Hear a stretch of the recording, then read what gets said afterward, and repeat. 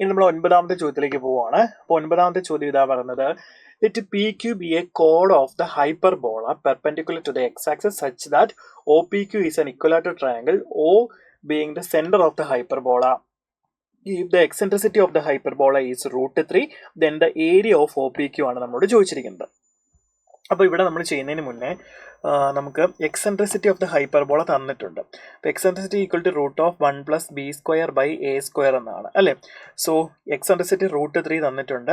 ഇത് നമുക്ക് 1 + b² / a² 4 ആണ്. സോ ഇത് 3 = 1 + b² / 4 വരും.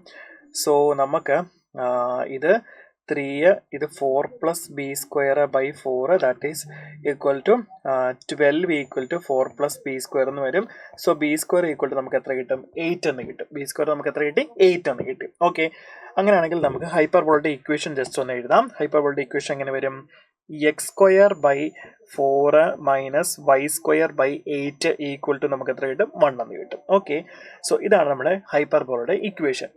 ഇനി നമ്മളോട് പറഞ്ഞിരിക്കുന്നത് എന്താണ്? ഓക്കെ, ബാക്കി നമുക്ക് ജസ്റ്റ് ഒന്ന് വരച്ച് നോക്കാം അല്ലേ. ഹൈപ്പർബോളയുടെ ഇക്വേഷൻ നമ്മൾ എഴുതി കഴിഞ്ഞ് ഇനി ഹൈപ്പർബോള ജസ്റ്റ് അതെന്താ കണ്ടീഷൻ എന്നുള്ളത് നമുക്കൊന്ന് വരയ്ക്കാം.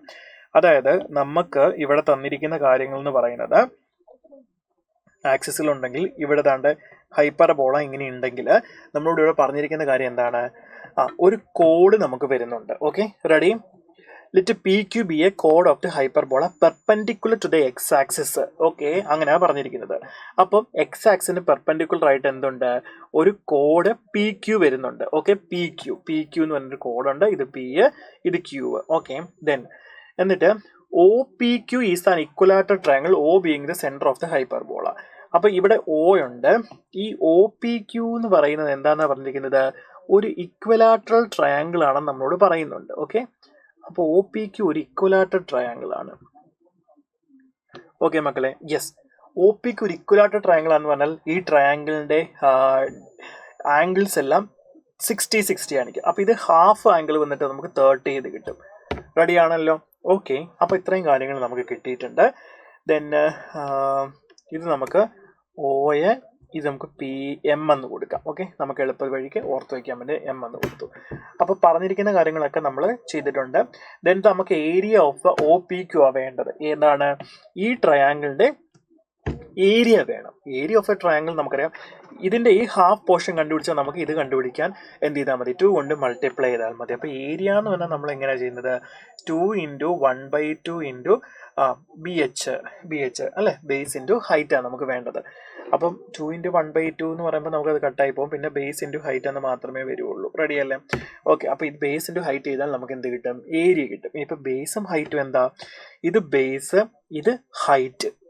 റെഡി? സോ ഇവിടെ നമുക്ക് tan 30 = PM/OM എന്ന് എഴുതാം നമുക്ക്. ഓക്കെ, അത്രയും കിടന്നോട്ടെ.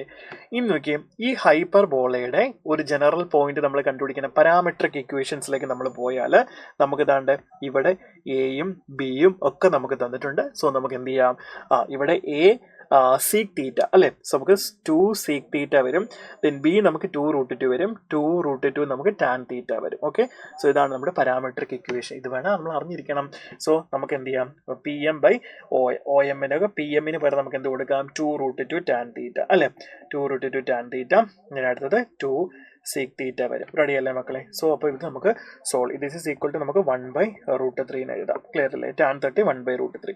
ഇത് സോൾവ് ചെയ്ത് കഴിയുമ്പോൾ നമുക്ക് ഇവിടുന്ന് sin θ = 1/√6 എന്ന് കിട്ടും. സോ ഏരിയ നമ്മളിപ്പോൾ കണ്ടു കഴിഞ്ഞു. അപ്പോൾ നമുക്ക് 2 sec θ BH അല്ലേ, B × H 2√2 tan θ. Okay, so നമുക്ക് 4√2 sec θ 1/cos θ ആണ്. സോ sin θ cos² θ എന്ന് കിട്ടും നമുക്ക്. sin θ cos² θ. സോ 4√2 sin θയുടെ 1/√6 വരും. cos² θ എന്ന് പറഞ്ഞാൽ 1 - sin² θ, ദാറ്റ് ഈസ് 1 - 1/6 എന്ന് കിട്ടും നമുക്ക്. Okay, ready? ഇത് സോൾവ് ചെയ്ത് നമുക്ക് 8√3/5 എന്ന് കിട്ടും ആൻസർ. 8√3/5. സോ 8√3/5 ആണ് നമ്മളുടെ ആൻസർ. ക്ലിയർ?